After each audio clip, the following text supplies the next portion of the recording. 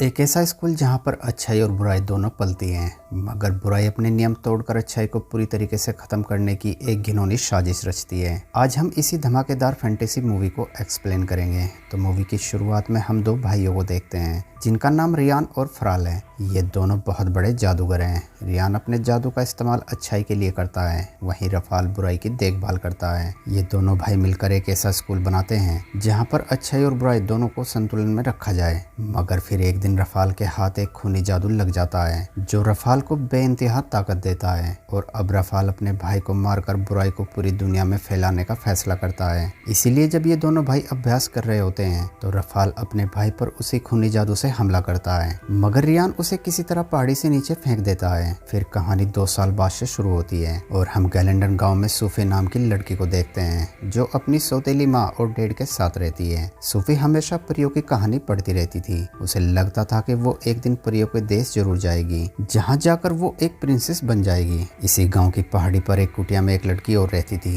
जिसका नाम एगी था। एगी की माँ एक चुड़ैल थी, इसीलिए सभी गाँव वाले उनसे नफरत करते थे। मगर सोफी एगी को अपनी बहन मानती थी और एगी भी सोफी पर जान छिड़कती थी। अब ये दोनों एक दिन शहर में आ जाती हैं, जहाँ पर ये दोनों एक बुक स्टोर में जाती हैं। यहाँ सोफी परियों की कहानी वाली किताब लेती है और एगी भूतों और चुड़ैलों वाली किताब लेती है। मगर दुकान के ओनर सोफी को आज उसी स्कूल की किताब देती है। सोफी पूछती है कि ये स्कूल कहाँ है, तो वो जवाब देती है कि मुझे नहीं पता, क्योंकि उस स्कूल को आज तक किसी ने नहीं देखा। हो सकता है कि वो स्कूल किसी दूसरी दुनिया में हो। मगर कहा जाता है कि हर महान परी की कहानी उसी जगह से शुरू हुई है, और बताती है कि अच्छाई का स्कूल नायक बनाता है और बुराई का स्कूल खलनायक। मगर एगी को उसकी बात पर विश्वास नहीं होता, तो वो ओनर उन्हें बताती है कि आज से 20 साल पहले हमारे गांव से यूनेरा नाम की लड़की को स्कूल का एक मॉन्स्टर उठाकर ले गया था, जिसके बाद आज तक उसका किसी को नहीं पता कि वो कहाँ है। सोफी स्कूल के बारे में इतना सब कुछ सुनकर वहाँ जाने का मन बना लेती है और स्कूल को एक खत लिखकर इच्छा पूरी करने वाले पेड़ के पास रख देती है। अगले दिन सोफी इस बारे में एगी को बताती है, मगर एगी उसे मना कर देती है। मगर सोफी अपनी घिसी पिटी लाइफ से थक चुकी थी और अब वो कुछ अलग करना चाहती थी। ये सब सुनकर एगी बहुत ज्यादा उदास हो जाती है। वो सोफी से कहती है कि मैं तुम्हारे बगैर यहाँ नहीं रह सकूंगी, तो सोफी अपनी दोस्त का मन रखने के लिए उसे वहाँ जाने से मना कर देती है। ये सुनकर एगी खुश हो जाती है। मगर रात होने पर सोफी फिर से उसी पेड़ के पास आती है और गाँव छोड़कर जाने लगती है। तभी एगी वहाँ पर आ जाती है और सोफी से कहती है कि तुमने मुझसे झूठ बोला कि तुम नहीं जा रही हो। वो ये बात कर ही रही होती है, तभी वहाँ पर लाल आंखों वाला एक मॉन्स्टर सोफी को खींचकर ले जाने लगता है। मगर एगी सोफी को पकड़ लेती है, तो वो मॉन्स्टर सोफी को छोड़ देता है। सोफी एगी से कहती है कि जो हो रहा था उसे होने देती, ये तुमने क्या किया। तभी वहाँ पर आसमान लाल होने लगता है और एक हड्डियों से बनी ईगल उन दोनों को उठाकर किसी और ही दुनिया में ले आता है। सोफी स्कूल को देखकर बहुत खुश हो जाती है, पर यहाँ पर 2 स्कूल होते हैं। एक स्कूल बहुत ज्यादा खूबसूरत होता है और दूसरा स्कूल उतना ही डरावना होता है। वो ईगल एगी को अच्छाई के स्कूल में फेंक देता है और सोफी को बुराई के स्कूल में फेंक देता है। सोफी वहाँ के गार्ड वुल्फ से कहती है कि मैं गलती से इस स्कूल में आ गई हूँ, मुझे तो अच्छाई वाले स्कूल में जाना था। मगर वो वुल्फ सोफी की बात नहीं सुनता और उसे अंदर ले आता है, जहाँ सोफी की मुलाकात यहाँ की डीन लेडी लेसो से होती है। सोफी डीन को बताती है कि मैं गलती से यहाँ आ गई हूँ, मुझे तो अच्छाई के स्कूल में जाना था। इस पर डीन सोफी से कहती है कि हमारी ईगल से कभी गलती नहीं हो सकती, वो जिस इंसान की जो जगह होती है उसे वहीं पर छोड़ता है। सोफी ये सुनकर समझ जाती है कि वो बहुत बड़ी मुसीबत में फंस गई है। वहीं जब एगी की आंख खुलती है तो वो बहुत खूबसूरत फूलों के बीच में लेटी होती है, जहां उसका स्वागत बहुत खूबसूरत परियां करती हैं। यहाँ कुछ लड़की एगी को देखकर उसका मजाक उड़ाने लगती है। वो कहती है कि तुम तो बिल्कुल चुड़ैल जैसी लगती हो, तुम कैसे इस स्कूल में आ गई हो। तभी वो परियां एगी को वहाँ से डीन के पास ले आती है। एगी अपनी डीन को बताती है कि मैं गलत स्कूल में आ गई हूँ, यहाँ पर तो मेरी दोस्त सोफी आना चाहती थी। तो डीन उसे कहती है कि हमारी ईगल कभी गलती नहीं कर सकती और नेवर यहाँ नहीं आ सकते, क्योंकि जो बच्चे बुराई के स्कूल में जाते हैं हम उन्हें नेवर कहते हैं, और जो बच्चे हमारे यहाँ आते हैं हम उन्हें एवर कहते हैं, क्योंकि नेवर हमेशा नाखुश रहते हैं और उन्हें बुरे काम करने की ट्रेनिंग मिलती है। वहीं एवर हमेशा खुश रहते हैं और उन्हें अच्छे काम करने की ट्रेनिंग दी जाती है। इसके बाद एगी के सामने बहुत खूबसूरत ड्रेसेस आ जाती हैं जो एगी ने आज तक नहीं देखी थी। डीन अपने हाथों से एगी को तैयार करती है। अगले दिन सभी बच्चे एक बहुत बड़े हॉल में जमा हो जाते हैं। यहाँ सोफी एगी की ड्रेस देखकर हैरान हो जाती है, क्योंकि ऐसी ड्रेसेस पहनना तो सोफी का सपना था। मगर बुराई के स्कूल वाले स्टूडेंट को काले रंग का झोला दिया जाता था और एवर को खूबसूरत ड्रेसेस दी जाती थी। तभी वहाँ पर कुछ एवर स्टूडेंट आते हैं जो अपने जादू का प्रदर्शन करते हैं, जिसके बाद वहाँ पर एवर प्रिंस आ जाता है। यहाँ नेवर का एक राक्षस उसे चैलेंज करता है, जिसके बाद इन दोनों में फाइट होने लगती है, मगर प्रिंस उसे हरा देता है। तभी उसकी नजर सोफी पर पड़ती है, जिसे देखकर वो अपना गुलाब गलती से एगी के पास फेंक देता है, मगर प्रिंस की गर्लफ्रेंड उस गुलाब को एगी से छीन लेती है। तभी वहाँ पर स्कूल का हेड रियान आता है। प्रिंस भी रियान का ही बेटा है। अब रियान सभी स्टूडेंट से कहता है कि आप सब यहाँ दिल लगा के पढ़ना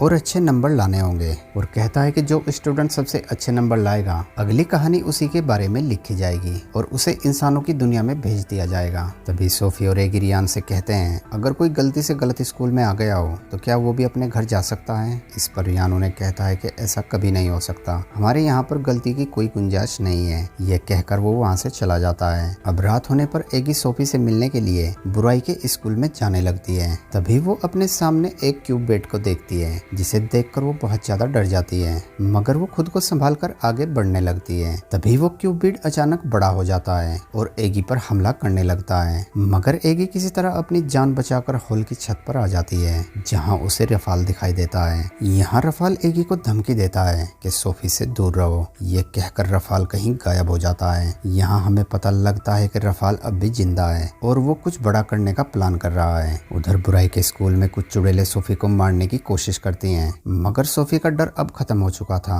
और अब सोफी उन चुड़ैलों पर भारी पड़ती है। तभी सोफी नीचे अपनी दोस्त एगी को देखती है और जल्दी से उसके पास जाती है। एगी सोफी को रफाल के बारे में बताती है और उसे लेकर रियान के पास आ जाती है, मगर वहाँ पर कोई नहीं होता, बस एक जादुई किताब और कलम होता है जो सोफी की कहानी लिख रहा होता है। तब तक वहाँ रियान भी आ जाता है, जो इन दोनों से कहता है कि आज तक यहाँ पर कोई भी नहीं आया है, मगर मैं जानता था कि तुम दोनों यहाँ जरूर आओगी क्योंकि तुम दोनों बहुत खास हो, मगर मुझे ये समझ नहीं आ रहा कि तुम दोनों यहाँ से जाना क्यों चाहती हो। तो लालची सोफी रियान से कहती है कि मैं नहीं ये जाना चाहती है। यहाँ एक रियान को बताती है कि मैंने आज हॉल में एक खूनी राक्षस को देखा है जो कि सोफी के पीछे पड़ा है। इस पर रियान उन्हें समझाता है कि स्कूल में बहुत सी आत्माएं भटकती हैं, तुम्हें उनसे डरने की जरूरत नहीं है। हमारे यहाँ स्टूडेंट असली हालात से गुजरते हैं जो दुनिया को बदल सकते हैं। हम तुम्हें यहाँ अपने मकसद को हासिल करना सिखाते हैं। इस पर सोफी रियान से कहती है कि मैं यही तो सीखना चाहती हूँ, मगर आपने मुझे गलती से गलत स्कूल में डाल दिया है। इस पर रियान सोफी से कहता है कि इस बात को साबित करो कि हमसे गलती हुई है। तो एगी रियान से कहती है कि हम ये कैसे साबित कर सकते हैं। तो रियान उनसे पूछता है कि वो कौन सी चीज है जिसे बुराई कभी पा नहीं सकती और अच्छाई कभी खो नहीं सकती। सोफी बहुत सारे गलत जवाब देती है, तो एगी उसे कहती है कि वो सच्चा प्यार है। रियान एगी से कहता है कि बिल्कुल सही है, अगर सोफी को सच्चे प्यार वाली किस मिल जाए तो ये साबित हो जाएगा कि हमसे गलती हुई है और फिर हम सोफी को अच्छाई वाले स्कूल में भेज देंगे। ये कहकर रियान उन दोनों को उनकी क्लासेस में भेज देता है। अगले दिन क्लास में एगी की क्लासमेट उसे बताती है कि यहाँ के रूल बहुत सख्त हैं, अगर टेस्ट में तुम 3 बार फेल हो गई तो तुम्हें स्कूल से बाहर निकाल दिया जाएगा। ये सुनकर एगी खुश हो जाती है और उन्हें कहती है कि क्या ऐसा सच में होगा। तो दूसरी लड़की एगी को बताती है कि निकालने का मतलब ये नहीं कि तुम्हें घर भेज दिया जाएगा, बल्कि तुम्हें कोई मॉन्स्टर बनाकर हमेशा के लिए छोड़ दिया जाएगा। तभी वहाँ पर एक टीचर आती है जो इन सब की हंसी का टेस्ट लेती है, जिसमें एगी बहुत बुरी तरीके से फेल हो जाती है। वहीं दूसरी तरफ सोफी का बदसूरती का टेस्ट होता है और सोफी भी फेल हो जाती है। एगी फेल होने के बाद आकर हॉल में बैठ जाती है। तभी वहाँ पर गेरगर नाम का लड़का आकर एगी के पास बैठता है। गेरगर भी एगी की तरह यहाँ पर रहना नहीं चाहता और इनकी बातों से पता चलता है कि गेरगर अपने पहले 2 टेस्ट में फेल हो चुका है। तभी वहाँ पर सोफी आ जाती है, तो गेरगर उसे देखकर वहाँ से चला जाता है। एगी सोफी को बताती है कि गेरगर तुम्हारे सच्चे प्यार वाली किस के लिए बिल्कुल ठीक है, मगर सोफी की नज़र वहाँ के प्रिंस पर होती है। वो एगी को एक लेटर देती है और उसे कहती है कि इसे प्रिंस को दे देना। अगले दिन जब वो अपने टेस्ट के लिए जंगल में जा रही होती है तो एगी उस लेटर को प्रिंस को दे देती है और अपने साथियों के साथ जंगल में आ जाती है। यहाँ उनका टीचर उन्हें बहुत खूबसूरत फूल दिखाता है, मगर असल में वो फूल बहुत खतरनाक होते हैं। कुछ आगे चलने पर उन्हें एक स्केरक्रो दिखाई देता है, तो टीचर उन्हें बताता है कि अभी तो ये एक पुतला है, मगर रात होने पर ये जिंदा हो जाता है और इंसानों को बड़ी बेरहमी से मारता है। ये सब बातें सुनकर गेरगर बहुत ज्यादा डर जाता है और वहाँ से भागने लगता है। एगी उसे बहुत समझाती है कि तुम्हारा ये आखिरी टेस्ट है, अगर अगर तुम इसमें फेल हो गए तो वो तुम्हें किसी जानवर में बदल देंगे। मगर गेरगर एगी की बात नहीं सुनता और वहाँ से भागने लगता है। तभी वहाँ पर एक गोल धुआं उठता है और गेरगर कहीं गायब हो जाता है। एगी इस बात से बहुत ज्यादा अपसेट हो जाती है। अगले दिन डीन उन सब लड़कियों को एक पानी के पास लेकर आ जाती है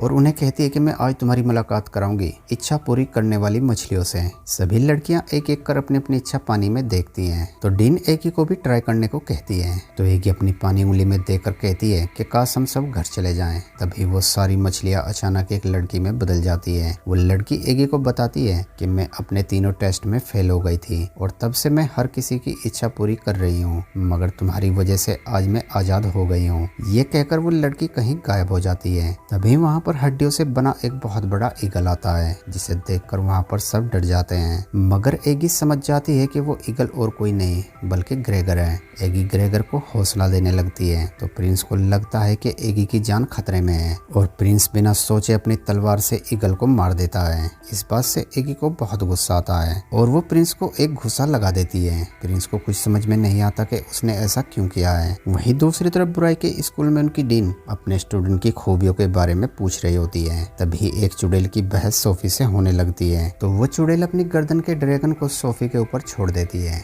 वो ड्रैगन सोफी को मारने वाला ही होता है। तभी वहाँ पर बहुत सारी मधुमक्खियां आ जाती हैं जो उस ड्रैगन को जकड़ लेती हैं। ड्रैगन के साथ उस चुड़ैल का भी दम घुटने लगता है। ये देखकर डीन सोफी से उन मक्खियों को रोकने को कहती है और सोफी के कहने पर वो मक्खी रुक भी जाती है और अगले ही पल वो मक्खियां देखते ही देखते रफाल में बदल जाती है। डीन रफाल को देखकर खुश हो जाती है, मगर रफाल सोफी से कहता है कि तुम अच्छा काम कर रही हो। ये कहकर रफाल वहाँ से चला जाता है। ये देखकर डीन समझ जाती है कि इस बार रफाल ने सोफी को चुना है। सोफी अपने डीन से पूछती है कि वो कौन है और वो मेरा नाम कैसे जानता है। तो डीन उसे कहती है कि उसका नाम रफाल है और वो स्कूल के हेड का छोटा भाई है और उसे बताती है कि उसके गायब होने के बाद बुराई एक बार भी अच्छाई से नहीं जीत पाई है, मगर अब वो तुम्हारे जरिए दोबारा आया है। तो सोफी डीन से कहती है कि मैं तो अच्छाई वाले स्कूल में जाना चाहती हूँ, मैं तो गलती से यहाँ आ गई हूँ। तो डीन उसे समझाती है कि अभी जो तुमने क्लास में किया वो इस बात का सबूत है कि तुम बिल्कुल सही जगह पर हो। वहीं एगी ग्रेगर की मौत से बहुत ज्यादा दुखी होती है और अपनी डीन से भी झगड़ने लगती है। तो डीन उसे बताती है कि यहाँ पर हर कोई एक खास मकसद से है और आज जो तुमने किया है उससे ये साबित होता है कि तुम बिल्कुल सही जगह पर हो। तुम वो पहली राजकुमारी हो जो स्कूल में बहुत लंबे वक्त के बाद आई है। ये कहकर डीन वहाँ से चली जाती है, जिसके बाद सोफी एगी से मिलती है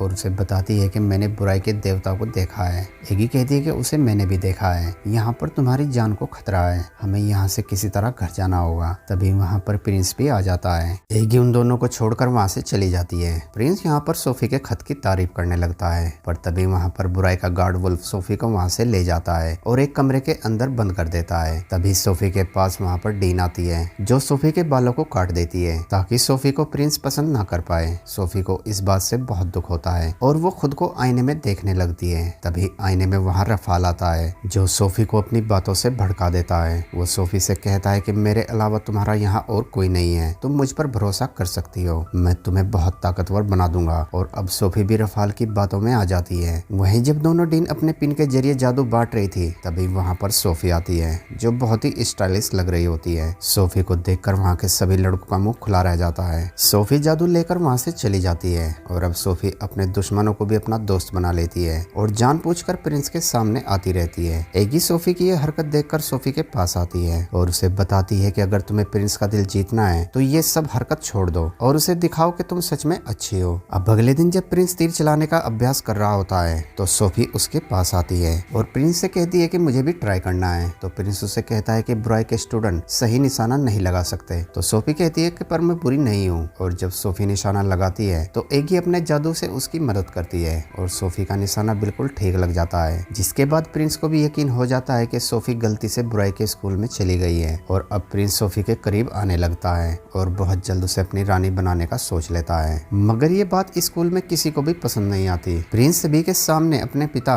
और स्कूल के हेड रियान से कहता है कि मैं सोफी को अपनी रानी बनाना चाहता हूँ, मगर रूल के मुताबिक एवर किसी भी नेवर लड़की से शादी नहीं कर सकता है। तो प्रिंस अपने पिता से कहता है कि सोफी नेवर नहीं है, वो एवर है, वो गलती से गलत स्कूल में चली गई है और मैं सोफी से सच्चा प्यार करता हूँ। तो स्कूल का हेड रियान उनसे कहता है कि ठीक है, हम तुम दोनों को जंगल में अलग अलग छोड़ेंगे। अगर तुम दोनों एक दूसरे को ढूंढ लेते हो तो ये साबित हो जाएगा कि तुम्हारा प्यार सच्चा है और फिर हम तुम्हारी शादी कर देंगे। फिर रात होने पर इन दोनों को जंगल में छोड़ दिया जाता है, मगर सोफी को उस जंगल के बारे में कुछ भी पता नहीं होता। तो सोफी उन खतरनाक फूलों के पास चली जाती है। वो फूल सोफी को काटने लगते हैं। सोफी किसी तरह उनसे बचकर उस स्केरक्रो के पास आ जाती है जो रात में जिंदा हो जाता है और सोफी पर हमला करने लगता है। सोफी यहाँ जोर जोर से चिल्लाने लगती है तो एगी कबूतर बनकर अपनी दोस्त की मदद करने चली जाती है। तब तक प्रिंस भी वहाँ आ जाता है, जिसे देखकर एगी छिप जाती है और सोफी प्रिंस के पास जाने लगती है, मगर तभी वो स्केरक्रो प्रिंस पर भी हमला कर देता है, जिसकी वजह से प्रिंस की तलवार नीचे गिर जाती है। प्रिंस सोफी से अपनी तलवार मांगता है, मगर सोफी बहुत ज्यादा डरी हुई होती है और अब जब स्केरक्रो प्रिंस को मारने वाला ही होता है तो एगी जल्दी से प्रिंस की तलवार दे देती है। प्रिंस अपनी जादुई तलवार से उस स्केरक्रो को मार देता है और सोफी पर बहुत गुस्सा होता है। वो कहता है कि तुम मुझसे प्यार नहीं करती हो क्योंकि तुमने मेरी मदद नहीं की है। ये कहकर प्रिंस वहाँ से चला जाता है। ये देखकर सोफी उल्टा एगी पर ही चिल्लाने लगती है। वो कहती है कि ये सब कुछ तुम्हारी वजह से हुआ है। एगी सोफी को समझाने लगती है, मगर सोफी बिना कुछ सुने वहाँ से चली जाती है। एगी जब अपने कमरे में आती है तो डीन उस पर बहुत गुस्सा होती है। वो कहती है कि तुमने नियम तोड़े हैं, तुम्हें उनकी मदद नहीं करनी चाहिए थी। तो एगी डीन को बताती है कि वो मेरी दोस्त है और ये सब मैंने उसकी जान बचाने के लिए किया है। वहीं दूसरी तरफ सोफी बहुत ज्यादा गुस्से में होती है तो रफाल उसके पास आता है, जो सोफी को उसके दोस्त के खिलाफ ही भड़का देता है और अब सोफी पूरी तरीके से रफाल के वश में हो जाती है। रफाल सोफी को अपना खूनी जादू देता है, जिसके बाद सोफी के अंदर की अच्छाई पूरी तरीके से खत्म हो जाती है। तभी वहाँ पर डीन आती है तो सोफी उसे भी डांट देती है। साथ ही हमें यहाँ ये भी पता लगता है कि वो डीन वही लड़की है जो आज से 20 साल पहले रफाल ने एक गाँव से उठाई थी। वहीं एगी सोफी को लेकर बहुत ज्यादा परेशान होती है। तभी उसके पास प्रिंस आता है, जो एगी से कहता है कि मैं तुम्हें अपनी रानी बनाना चाहता हूँ। मगर अगले ही पल वहाँ पर सोफी आ जाती है, जो अब एक चुड़ैल बन गई थी। वो देखने में बहुत ही खौफनाक लग रही होती है। एगी उसे देखकर हैरान हो जाती है। सोफी प्रिंस से कहती है कि तुम्हारी रानी तो मैं ही बनूंगी। ये कहकर वो वहाँ से चली जाती है। सोफी के बारे में प्रिंस और एगी स्कूल के टीचरों को बताने जाने लगते हैं, मगर देखते हैं कि सोफी ने अपने खूनी जादू से उन सबको खिलौने में बदल दिया है। ये देखकर प्रिंस को बहुत गुस्सा आता है और वो अपने साथियों को लेकर बुराई के स्कूल पर हमला करने चला जाता है, मगर सोफी अकेले ही अपने जादू से उन सबको रोक देती है। अब क्योंकि बुराई हमला करती है और अच्छाई रक्षा करती है तो वो सब लोग बदल जाते हैं, यानी बुराई के स्टूडेंट अब अच्छे बन जाते हैं और प्रिंस के साथ ही बुराई में बदल जाते हैं। और अब सोफी पहले से भी ज्यादा खूबसूरत हो जाती है। एगी सोफी को समझाने की बहुत कोशिश करती है, मगर सोफी के सर पर खूनी जादू सवार होता है, इसीलिए सोफी एगी की बात नहीं सुनती और वो सभी स्टूडेंट को आपस में लड़वा देती है। यहाँ सोफी के साथी प्रिंस के साथियों पर भारी पड़ते हैं और एक टाइम में प्रिंस भी बहुत बुरी तरीके से घायल हो जाता है। एगी उसे संभालने लगती है, मगर तभी सोफी उसे रोक देती है। एगी सोफी से कहती है कि ये सब रोक दो, तुम ऐसी नहीं हो, मगर सोफी एगी पर भी हमला कर उसे दूर फेंक देती है और वहाँ से रियान को मारने के लिए उसके पास आती है। तभी रियान अचानक रफाल में बदल जाता है, जो सोफी को बताता है कि मैं शुरू से जिंदा था। फिर कहानी फ्लैशबैक में चली जाती है और हम देखते हैं कि जब रफाल पहाड़ी से नीचे गिरा था तो रियान अपने भाई की मौत से बहुत ज्यादा दुखी हो गया था और तभी रफाल ने पीछे से आकर रियान को मार दिया था। इसके बाद कहानी प्रेजेंट में आ जाती है। रफाल सोफी को बताता है कि तब से लेकर मैं आज तक अच्छाई को अंदर से खोखला करता आ रहा हूँ, मगर तुम तो मुझसे भी आगे निकल गई हो। तुमने तो कुछ ही दिन में पूरे स्कूल को ही बदल दिया है। अगर तुम और मैं मिल जाए तो सोचो हम क्या कुछ नहीं कर सकते हैं। रफाल जैसे ही सोफी को अपनी बाहों में लेता है वो पूरी जगह अचानक तबाह होने लगती है। सोफी रफाल से कहती है कि इसे रोक दो, मैं ऐसा नहीं चाहती थी, मैं सबको मारना नहीं चाहती। तब तक वहाँ पर एगी भी आ जाती है। रफाल एगी से कहता है कि सोफी मेरी है, तुम इसे कहीं नहीं ले जा सकती हो। तो एगी उसे कहती है कि मेरे जीते जी तुम मेरी दोस्त को हाथ भी नहीं लगा सकते। तभी रफाल एगी पर जादुई पेन से हमला करता है, मगर सोफी एगी के सामने आ जाती है और वो पेन सोफी को लग जाता है। सोफी बहुत बुरी तरीके से घायल हो जाती है। अब क्योंकि रफाल और सोफी का जादू एक है तो सोफी के घायल होने पर उनका संपर्क टूट जाता है। तभी वहाँ पर प्रिंस भी आ जाता है, जो रफाल को मारने की कोशिश करता है, मगर रफाल अपने जादू से उसे दूर फेंक देता है, जिसकी वजह से प्रिंस की तलवार नीचे गिर जाती है। तभी एगी प्रिंस की तलवार उठाकर रफाल को मार देती है। रफाल के मरते ही सोफी भी मर जाती है।